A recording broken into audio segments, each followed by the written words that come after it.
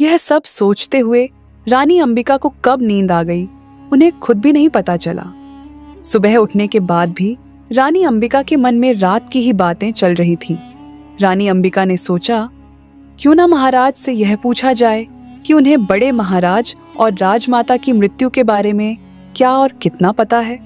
यह सब सोचते हुए वह महाराज से कहती हैं, महाराज, क्या मैं आपसे एक बार पूछ सकती हूँ?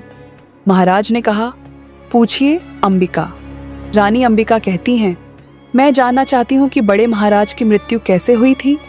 यह सुनकर महाराज कुछ सोचते हैं और कहते हैं, मुझे बचपन से ही माता पिता ने बहुत स्नेह दिया था। उन्होंने कभी किसी चीज की कमी नहीं होने दी। पिताजी महाराज को शिकार का बहुत शौक था। एक दिन वे अपने मंत्री और कुछ सैनिकों के साथ शिकार पर गए। वहां उन्हें एक शिकार दिखाई दिया जिसे पकड़ने के लिए वे उसका पीछा करने लगे। शिकार का पीछा करते हुए वे घोड़ा बहुत तेज दौड़ाने लगे और जंगल के भीतर की ओर चले गए। घना जंगल होने के कारण मंत्री और सैनिक पीछे छूट गए और यह समझ नहीं पाए कि पिताजी महाराज किस दिशा में गए हैं। वे सब एक स्थान पर रुककर उनका इंतजार करने लगे, परंतु जब बहुत देर तक पिताजी महाराज वापस नहीं लौटे तो सभी उन्हें खोजते हुए जंगल के भीतर चले गए। काफी खोजबीन के बाद एक सेनापति को वहां एक शव मिला जिसकी स्थिति अत्यंत भयावह थी। जंगल के जंगली जानवरों ने उसके पूरे शरीर को नोच डाला था, लेकिन उसके वस्त्र वही थे जो पिताजी महाराज ने पहन रखे थे। उसकी उंगली में वही अंगूठी थी जिसे देखकर हम समझ गए कि यह शव पिताजी महाराज का ही है। पिताजी की इस आकस्मिक मृत्यु से हम सब पूरी तरह टूट गए थे। उस समय माताजी ने ही हमें संभाला। उनके मार्गदर्शन में ही हमने धीरे धीरे राज्य की पूरी बागडोर संभालनी शुरू की।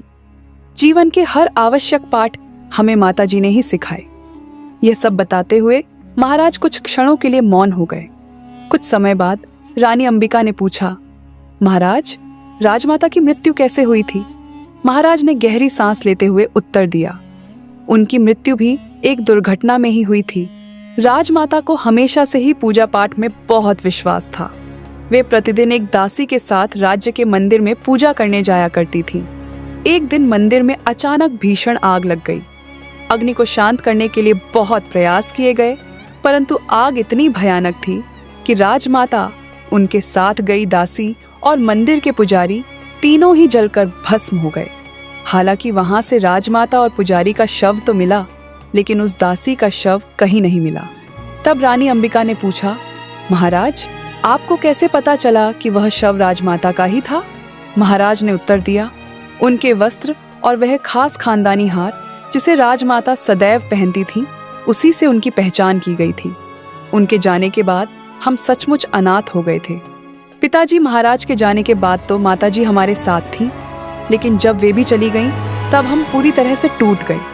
परंतु राजमाता सदा कहा करती थी कि एक राजा का जीवन केवल उसकी प्रजा के लिए होता है। उनकी इन्हीं बातों को ध्यान में रखते हुए हमने अपने को संभाला और पुनः राज्य के कार्यों में जुट गए। महाराज ने भावुक होते हुए कहा, अंबिका, बस इसी तरह पिताजी महाराज और राजमाता हमें अकेला छोड़कर इस संसार से चले गए। तब रानी अंबिका ने शांत स्वर में कहा, राजमाता बिल्कुल सही कहती थी। एक राजा का जीवन केवल और केवल उसके राज्य और उसकी प्रजा के लिए ही होता है। फिर रानी अंबिका ने कहा, महाराज, क्या आपको मेरा पहला वचन याद है? आपने मुझे वचन दिया था कि आप मेरे लिए इस राज्य में एक अनार का बगीचा बनवाएंगे। महाराज मुस्कुराए और बोले, हाँ अंबिका, हमें वह वचन भली भांति याद है और हमने आपके लिए एक अत्यंत सुंदर बगीचा बनवाया है। अब तक तो वह पूरी तरह तैयार भी हो गया होगा। आज हम अवश्य वहां चलेंगे और आपको वह बगीचा दिखाएंगे। फिर दोपहर में दोनों रथों में राजमहल से बाहर अनार के बागीचे को देखने के लिए गए। अनार का बागीचा अब बहुत ही सुंदर बनकर तैयार हो गया था। रानी अंबिका बागीचे की शोभा देखकर अत्यंत प्रसन्न हुई।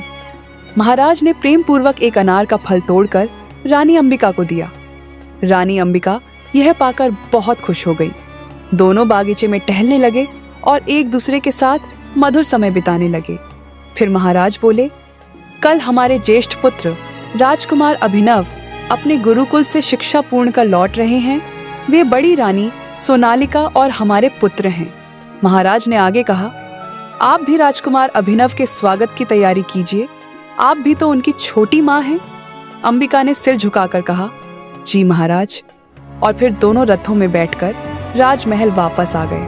अगले दिन रानी अंबिका तीनों रानियों से मिलने के लिए उनके कक्ष की ओर गई। महल में जाकर उन्होंने देखा कि वहां बड़ी और छोटी रानी तो थी, पर मंझली रानी वहां नहीं थी। रानी अंबिका बड़ी रानी के पास जाकर बोली, दीदी, मंझली दीदी कहीं दिखाई नहीं दे रही हैं। तभी छोटी रानी तुरंत बोल पड़ी, वो तो बगीचे में फूल तोड़ने गई हैं, राजकुमार अभिनव के स्वागत के लिए। फिर रानी अंबिका ने पूछा, बड़ी दीदी, मैं आपकी क्या मदद करवा दूं? बड़ी रानी मन ही मन सोचने लगी, इसे पूरे राजमहल के लिए लड्डू बनवाने भेजती हूँ, खुद को बड़ी होशियार समझती है। अभी बड़ी रानी यह सब सोच ही रही थी कि तभी रानी अंबिका कह उठी, हाँ बड़ी दीदी, हम लड्डू बना देंगे। रानी अंबिका की यह बात सुनकर बड़ी रानी हैरान रह गई और मन ही मन सोचने लगी, मैंने तो अब तक कुछ कहा ही नहीं, फिर इसे कैसे पता चल गया कि मैं क्या सोच रही हूँ? कहीं ये कोई जादूगरनी तो नहीं? अभी बड़ी रानी ने कुछ कहा भी नहीं था कि रानी अंबिका फिर बोल उठी, नहीं दीदी, मैं कोई जादूगरनी नहीं हूं। बड़ी रानी घबरा गई और बोली, आप बगीचे की ओर जाइए और मंझली रानी की मदद कीजिए। तभी छोटी रानी भी रानी अंबिका से बोली, चलो मैं भी तुम्हारे साथ चलती हूँ। फिर दोनों रानियां वहां से बगीचे की ओर चल पड़ी। बीच रास्ते में ही छोटी रानी रानी अंबिका से बोली, मुझे कुछ काम याद आ गया है, तुम जाओ, मैं थोड़ी देर में आती हूँ। यह कहकर छोटी रानी वहां से चली गई और रानी अंबिका अकेले ही बगीचे की ओर बढ़ गई। बगीचे में पहुंचकर रानी अंबिका ने चारों ओर देखा, लेकिन मंझली रानी कहीं दिखाई नहीं दी। थोड़ा और नजर घुमाने पर उन्हें एक दासी दिखाई दी जो फूल तोड़ रही थी। रानी अंबिका उस दासी के पास गई और पूछा, मंझली रानी कहाँ है? दासी ने इधर उधर देखा और बोली, क्या पता, अभी थोड़ी देर पहले तक तो यहीं थी, शायद बावड़ी की तरफ गई होंगी। फिर रानी अंबिका बावड़ी की ओर चली, पर वहां भी कोई दिखाई नहीं दिया। वह वापस बगीचे की ओर लौटने लगी कि तभी उन्हें किसी के होने की आहट महसूस हुई। वह उस आहट की दिशा में बढ़ी और बावड़ी के अंदर नीचे की ओर उतरने लगी। नीचे उतरते ही उन्होंने देखा कि वहां बहुत सारे एक जैसे दरवाजे थे। वो जगह धूल से भरी हुई थी, मानो वर्षों से वहां कोई आया ही न हो। रानी अंबिका और आगे बढ़ने ही वाली थी कि तभी वहां छोटी रानी आ गई और बोली, तुम यहाँ कैसे? रानी अंबिका छोटी रानी को वहां देखकर थोड़ी चौंकी और बोली, मैं तो मंझली दीदी को ढूंढने यहाँ आई थी, लेकिन आप यहाँ? तभी छोटी रानी बोली, मुझे बाहर दासी ने बताया कि तुम बावड़ी की ओर आई हो, तो तुम्हें लेने आ गई। चलो, राजकुमार अभिनव के आने का समय हो गया है, चलो बाकी की तैयारियां कर लेते हैं। राजमहल में जोर शोर से राजकुमार के स्वागत की तैयारियां चल रही थी।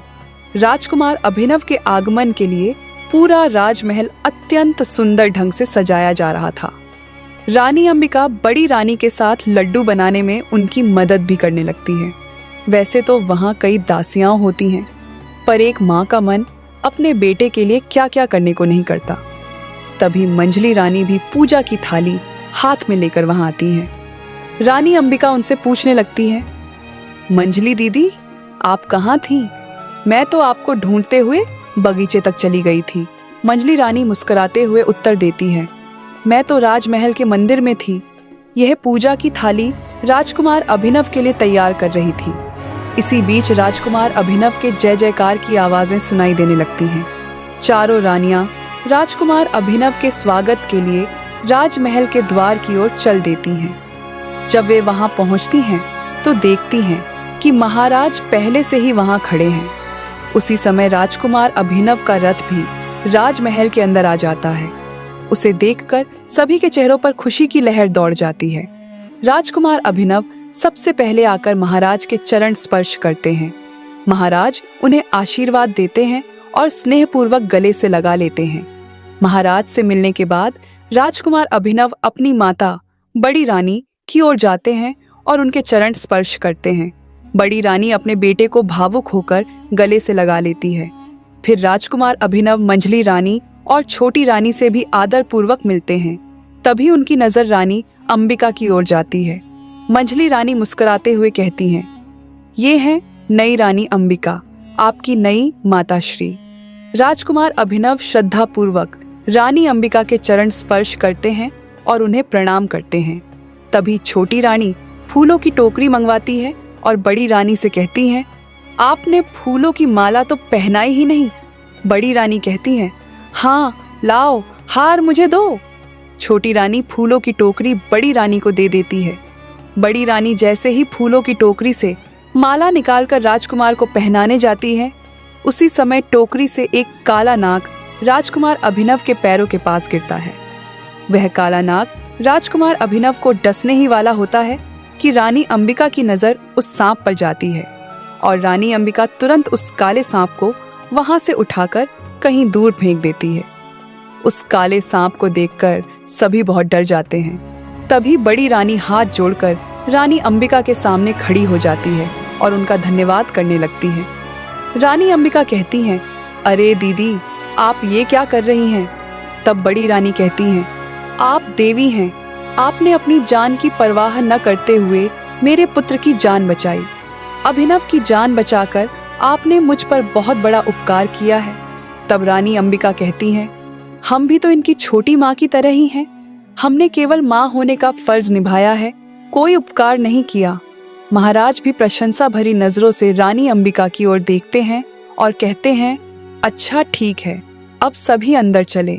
फिर सभी साथ में अंदर चले जाते हैं। आज राजकुमार अभिनव के स्वागत के लिए बहुत तरह के स्वादिष्ट भोजन बनाए गए थे। सभी रानियां बहुत प्यार से राजकुमार को भोजन कराती हैं। भोजन के अंत में राजकुमार के सामने लड्डू आते हैं। राजकुमार अभिनव उसे देखकर बहुत खुश हो जाते हैं। अरे माँ, आपने लड्डू बनाए मेरे लिए? तभी बड़ी रानी बोल उठती हैं, हाँ, लेकिन आज तुम्हारी छोटी माँ ने मेरी बहुत मदद की थी इन लड्डुओं को बनाने में। आज पता नहीं क्यों बड़ी रानी को रानी अंबिका बहुत सुंदर और तेजोमयी लग रही थी। यह शायद बड़ी रानी का रानी अंबिका के प्रति सकारात्मक सोच होने के कारण हो रहा था। लड्डू खाने के बाद राजकुमार अभिनव कहते हैं, अरे वाह, लड्डू तो बहुत अच्छे बने हैं। छोटी माँ, आपने लड्डू बहुत ही स्वादिष्ट बनाए हैं, आप बहुत ही अच्छी हैं। तभी छोटी रानी बोल उठती हैं, अरे वाह राजकुमार, आपने हमें तो कभी कुछ अच्छा नहीं कहा। फिर अभिनव कहते हैं, अरे आप भी बहुत अच्छी हैं। इन्हीं सब बातचीतों के बीच सबका खाना हो जाता है और सब अपने अपने कक्ष की ओर चले जाते हैं। इसी बीच रानी अंबिका सोचती हैं, फूलों की टोकरी में सांप कहाँ से आया? ये कोई साधारण बात नहीं है। कहीं यह राजकुमार अभिनव को मारने का कोई षड्यंत्र तो नहीं था। रानी अंबिका सोचती हैं कि आज महाराज राजकुमार अभिनव के साथ व्यस्त रहेंगे, तो क्यों न मैं अपने कुछ कार्य निपटा लूं। यह सोचते हुए रानी अंबिका महाराज के कक्ष में जाती हैं और उनसे पूछती हैं, महाराज, क्या हम आज अपने माता पिता से मिलाएं? महाराज कहते हैं, जरूर जाइए अंबिका, पर आपने हमें उनसे कभी क्यों नहीं मिलवाया? अब तक उनके बारे में कभी कुछ बताया भी नहीं। तभी रानी अंबिका कहती हैं, महाराज, विवाह के पूर्व ही हमने आपसे वचन लिया था कि आप हमसे हमारे माता पिता के बारे में कुछ नहीं पूछेंगे। तब महाराज कहते हैं, वो सब कुछ हमें याद है, हम बस यह जानना चाहते हैं कि आप हमें अपने माता पिता के बारे में कुछ क्यों नहीं बताना चाहती। तब रानी अंबिका कहती हैं, समय आने पर आपको सब कुछ पता चल जाएगा। फिर महाराज पूछते हैं, क्या आप संध्या तक वापस आ जाएंगी? तब रानी अंबिका कहती हैं, जी महाराज, मैं संध्या तक वापस आ जाऊंगी। फिर रानी अंबिका उनसे मिलने के लिए चली जाती है। रानी अंबिका के माता पिता भील जाति के मुखिया हैं। वे एक छोटी सी कुटिया में रहते हैं, पर असल में रानी अंबिका उनकी पुत्री भी नहीं थी। भील जाति के मुखिया की कोई औलाद नहीं थी। एक दिन रानी अंबिका उन्हें जंगल में बेहोश पड़ी मिली थी और उन्होंने उन्हें अपनी बेटी बना लिया था और वे उनके साथ ही रहने लगी थी। रानी अंबिका अपने घर पहुंचती हैं। अपनी बेटी को देखकर उनके माता पिता बहुत खुश होते हैं। रानी अंबिका अपने पिता से मिलकर पूछती हैं, वो अब कैसी हैं? रानी अंबिका के पिता कहते हैं, पुत्री, उनके स्वास्थ्य में थोड़ा सुधार तो हुआ है। अब वह अपनी आंखें खोलने लगी हैं और उन्हें थोड़ा थोड़ा दिखने भी लगा है, किंतु वह फल उनके लिए बहुत आवश्यक है।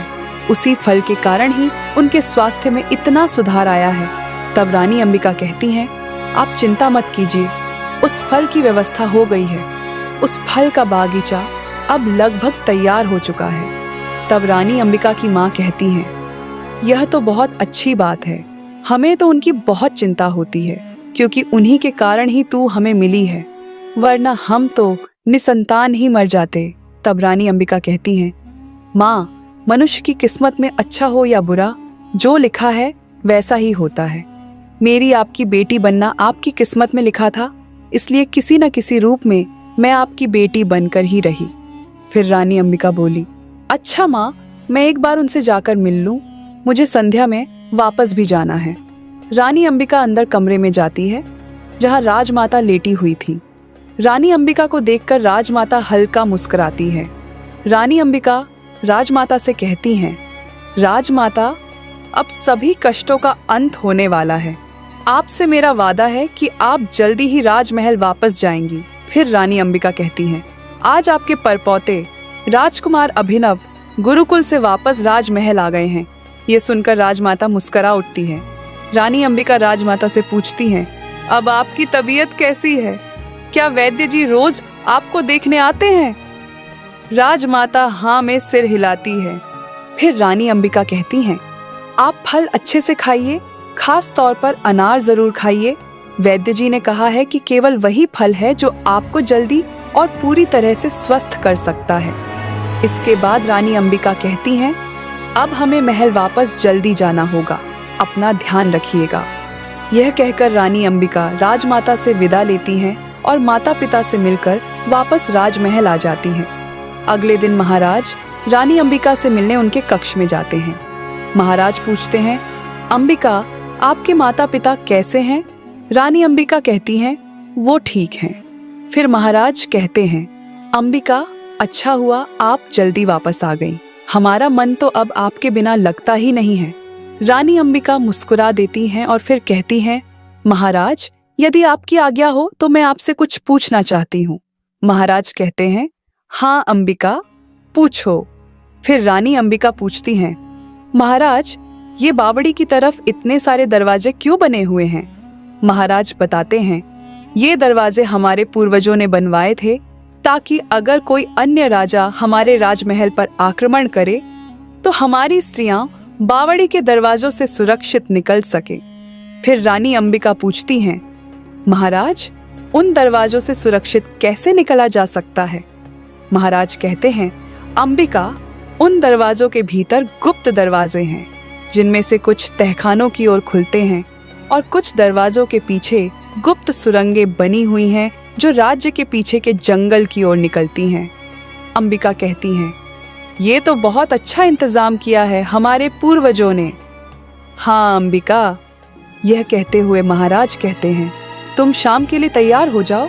राजकुमार के आगमन की खुशी में महल में जश्न का आयोजन किया गया है। शाम को राजमहल में उत्सव का वातावरण था। सारी प्रजा जश्न के माहौल में मग्न थी। सभी रंगारंग कार्यक्रमों में लीन थे कि इसी बीच मंजली रानी बड़ी रानी से कहती हैं, दीदी, मुझे सिर दर्द हो रहा है, मैं थोड़ी देर आराम करने जाती हूँ। यह कहकर मंजली रानी वहां से चली जाती है।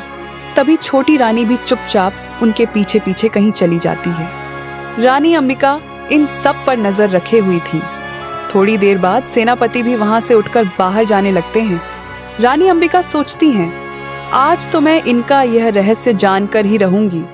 इसके लिए मुझे इनका पीछा करना होगा, तभी मैं सच्चाई जान पाऊंगी। यह सब सोचते हुए रानी अंबिका भी जश्न से उठकर महल की ओर चल देती है। रानी अंबिका जैसे ही महल की गलियों की ओर जाती है तो उन्हें दो परछाइयां दिखाई देती हैं जो बावड़ी की ओर जा रही थीं। रानी अंबिका भी दबे पांव उनके पीछे पीछे चलने लगती हैं। वे दोनों साए बावड़ी के दरवाजों में से एक दरवाजे के भीतर चले जाते हैं। रानी अंबिका भी उसी दरवाजे के अंदर जाती है, लेकिन तब तक वे दोनों साए वहां से कहीं गायब हो चुके होते हैं। रानी अंबिका सोचती हैं, यह निश्चित ही मंजली रानी और सेनापति थे। आज मैं यह जरूर जानकर रहूंगी कि ये कहाँ जाते हैं और क्या करते हैं। यह सोचते हुए रानी अंबिका आगे बढ़ने लगती है कि तभी उनकी दृष्टि एक दीवार पर लगी तस्वीर की ओर जाती है। वहां कई तस्वीरें थीं, लेकिन एक तस्वीर कुछ उभरी हुई प्रतीत हो रही थी। रानी अंबिका सोचती हैं, जरूर इसी चित्र से कोई गुप्त दरवाजा खुलता होगा। रानी अंबिका वहां छिपकर मंजली रानी और सेनापति के वापस आने का इंतजार करने लगती हैं। थोड़ी देर बाद वे दोनों वापस आते हैं और बावड़ी से बाहर की ओर चले जाते हैं। उनके जाने के बाद रानी अंबिका उस तस्वीर के पास जाती है और गुप्त दरवाजा खोलने का प्रयास करती है। जैसे ही वह उस उभरी हुई जगह को घुमाती है, एक गुप्त दरवाजा खुलता है। रानी अंबिका उस दरवाजे के अंदर प्रवेश करती है, जहां नीचे की ओर जाने का एक रास्ता दिखाई देता है। रानी अंबिका उस रास्ते पर आगे बढ़ती है। कुछ दूर चलने पर उन्हें किसी के कराहने की आवाज सुनाई देती है। रानी अंबिका उस आवाज की दिशा में जाकर एक कक्ष में प्रवेश करती हैं। वहां एक आदमी जमीन पर बैठा हुआ था, लेकिन कक्ष में अंधेरा होने के कारण उसका चेहरा स्पष्ट नहीं दिखाई देता। वह आदमी बोलता है, तू फिर आ गई, तू मुझे मार क्यों नहीं देती? यह सुनकर रानी अंबिका उसके पास जाती है और देखने की कोशिश करती है कि वह कौन है। थोड़ी देर देखने के बाद रानी अंबिका चौंक कर बोल उठती है, अरे बड़े महाराज आप, और वह भी ऐसी अवस्था में। बड़े महाराज बोलते हैं, तुम कौन हो? तुम वो तो नहीं जो यहाँ रोज आती है? हे भगवान, अब उस दुष्ट औरत ने कौन सी नई आफत भेज दी है? रानी अंबिका उस व्यक्ति से पूछती हैं, क्या आप ही बड़े महाराज हैं? वह आदमी चिल्लाते हुए कहता है, कौन महाराज? कैसा महाराज? मुझे तो उस सेनापति और उसकी रखैल ने एक कुत्ता बनाकर रख दिया है। रानी अंबिका समझ जाती है कि वह रखैल मंजली रानी की ही बात कर रहे हैं। रानी अंबिका कहती हैं, मैं आपकी पुत्रवधू हूँ। अभी कुछ समय पहले आपके पुत्र ने मुझसे विवाह किया है। मैं यहाँ एक जरूरी कारण से आई हूँ। बड़े महाराज पूछते हैं, कैसा जरूरी कार्य? रानी अंबिका कहती हैं, पिताजी, अब आप यहाँ नहीं रहेंगे, मैं आपको लेने आई हूँ। इसके बाद रानी अंबिका उन्हें कंधे का सहारा देकर चुपके चुपके उसी रास्ते से धीरे धीरे बाहर निकालती हैं। जब वे राजमहल पहुँचती हैं तो देखती हैं कि अभी भी जश्न चल रहा है। रानी अंबिका सीधे उत्सव स्थल में मंच के बीचों बीच बड़े महाराज के साथ खड़ी हो जाती हैं। बड़े महाराज की हालत इतनी खराब होती है कि वहां उपस्थित कोई भी बड़े महाराज को नहीं पहचान पाते, यहाँ तक कि महाराज भी उन्हें पहचान नहीं पाते। रानी अंबिका के साथ एक बूढ़े आदमी को खड़ा देख महाराज चौंक जाते हैं। वह रानी अंबिका से पूछते हैं, अंबिका, यह क्या नादानी है? आप ऐसे मंच पर किसी को कैसे ले आई हैं? रानी अंबिका शांत स्वर में कहती है, महाराज, जरा ध्यान से देखिए, यह कौन है? महाराज उस वृद्ध को गौर से देखते हैं और जैसे ही पहचानते हैं चौंक उठते हैं। वहां खड़े कई लोग भी उस वृद्ध को देखकर स्तब्ध रह जाते हैं। मंजली रानी और सेनापति भी उन्हें वहां इस हाल में देखकर अवाक रह जाते हैं। रानी अंबिका यह सब देख रही होती हैं। वह देखती है कि सेनापति के चेहरे की हवाइयां उड़ी हुई हैं, पर मंजली रानी बाकी लोगों की तरह केवल आश्चर्य में खड़ी हैं। यह देखकर रानी अंबिका मन ही मन सोचती हैं, यह कैसे संभव है? जिसने अपराध किया है वह डरने की बजाय आश्चर्य में खड़ा है। बड़े महाराज को देखते ही महाराज मंच पर आ जाते हैं और पिताजी कहकर उनके चरणों पर गिर पड़ते हैं, फिर उन्हें गले से लगा लेते हैं। इन सब के बीच सेनापति चुपचाप वहां से भागने की कोशिश करता है, लेकिन तभी रानी अंबिका मंच से ही कठोर स्वर में कहती हैं, सेनापति, आप कहाँ जा रहे हैं? अब तो आप ही हमें बताएंगे कि बड़े महाराज और बाकी सबके साथ क्या क्या हुआ। पूरी सच्चाई अब सबके सामने आएगी। रानी अंबिका के मुख से यह सुनते ही महाराज उन्हें आश्चर्य से देखते हैं। फिर रानी अंबिका कहती हैं, हाँ महाराज, यह सब कुछ सेनापति का ही किया धरा है। अपनी पोल खुलती देख सेनापति दोबारा भागने की कोशिश करता है, पर महाराज के आदेश पर कुछ सैनिक उसे वहीं धर दबोचते हैं और महाराज के सामने लाकर खड़ा कर देते हैं। महाराज गुस्से में पूछते हैं, सेनापति, यह क्या मामला है और इन सब घटनाओं से तुम्हारा क्या लेना देना है? सेनापति महाराज के पैरों में गिरकर माफी मांगने लगता है। महाराज कठोर स्वर में कहते हैं, जल्दी से सच सच बताओ, यह सब क्या हो रहा है। फिर सेनापति सब कहना शुरू करता है। मैंने और मेरी प्रेमिका ने इस राज्य को हड़पने का षड्यंत्र रचा था। हमारी योजना थी कि हम आपके पूरे परिवार को धीरे धीरे समाप्त कर दें, जिसकी शुरुआत हमने बड़े महाराज को मारने से की थी, जिनकी मृत्यु शेर के प्रहार से आकस्मिक दिखाई जा रही थी। परंतु सच्चाई यह थी कि हमने उन्हें बावड़ी की तरफ वाले तहखाने में बंदी बनाकर रखा था। यह सुनकर महाराज पूछते हैं, फिर वह शव किसका था जिसका हमने दाह संस्कार किया था। सेनापति बताता है, वह एक सैनिक था जिसकी कद काठी बड़े महाराज की तरह ही थी। महाराज फिर पूछते हैं, फिर तुमने पिताजी को तहखाने में बंदी क्यों बनाया। सेनापति बताता है, असल में केवल बड़े महाराज को ही इस राज्य के गुप्त खानदानी खजाने के बारे में पता था। महाराज आश्चर्य से पूछते हैं, कौन सा खजाना। सेनापति बोलता है, जी महाराज, यह आपके खानदान का खानदानी खजाना है, जिसका नक्शा केवल बड़े महाराज जानते हैं। मेरे और मेरी प्रेमिका के लिए वह जानना बहुत आवश्यक था, जिसके लिए हमने बड़े महाराज को बहुत यातनाएं दी, परंतु उन्होंने कुछ नहीं बताया। इतना सुनते ही महाराज क्रोधित हो उठते हैं और अपनी तलवार बाहर निकाल लेते हैं। तभी रानी अंबिका बोल उठती हैं, रुकिए महाराज, अभी तो और भी राज खुलने बाकी हैं। फिर महाराज रानी अंबिका की ओर देखते हुए पूछते हैं, अब और कौन सा राजा अंबिका। रानी अंबिका कहती हैं, वो भी आपको थोड़ी देर में पता चल जाएगा महाराज, बताइए सेनापति। यह सुनकर सेनापति आश्चर्य से रानी अंबिका को देखने लगता है।